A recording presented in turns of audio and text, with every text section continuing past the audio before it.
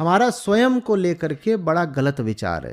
आप अपने आप को जो भी मानते हैं वही चीज़ गलत है। तुम वो हो ही नहीं जो बने बैठे हो, और जो तुम बने बैठे हो उसके कारण तुम्हें 100 चीज़ें पकड़नी पड़ती हैं। जो चीज़ें तुमने पकड़ी हैं वो तुम्हारे नियंत्रण में नहीं है, वो संयोगों का परिणाम है, वो छिन जाती हैं। जैसे हवा अभी चली फिर थम जाती है।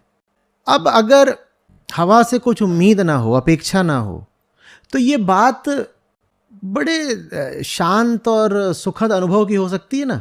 गर्मी की सांझ हो, आप बैठे हुए हैं, थोड़ी देर को चलती है हवा, फिर नहीं चलती है, फिर थोड़ी देर फिर चली, फिर नहीं चली। लेकिन यही आपकी अगर हवा से उम्मीद बन जाए कि इसका तो मेरा 7 जन्म का रिश्ता है, मेरी हवा सिर्फ मेरी है, तो आपको बड़ी तकलीफ होगी जितनी बार वो नहीं चलेगी। आपको अब कहाँ चल रही है, बेगैरत कहाँ गई है मुंह मारने, अभी तो यहाँ थी, अभी कहाँ विलुप्त हो गई।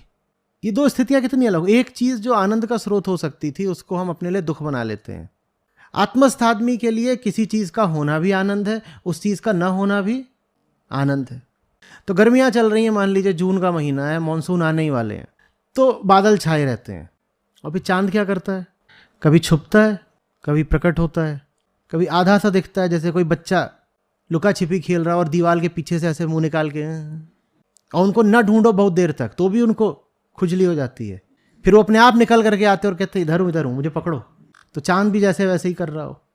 कभी कभी बादल के पीछे पूरा छुप जाता है।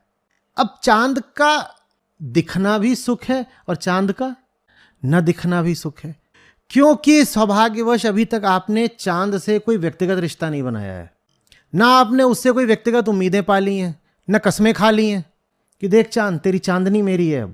अब वो हो जाए तो फिर देखिए दिल कैसे टूटेगा। एक रात में 150 बार टूटेगा। जितनी बार वो छुपेगा उतनी बार आप कहेंगे हो गई बेवफाई। पूरी प्रकृति आपको एक निरपेक्ष सुख देती है, उसको आनंद कहते हैं।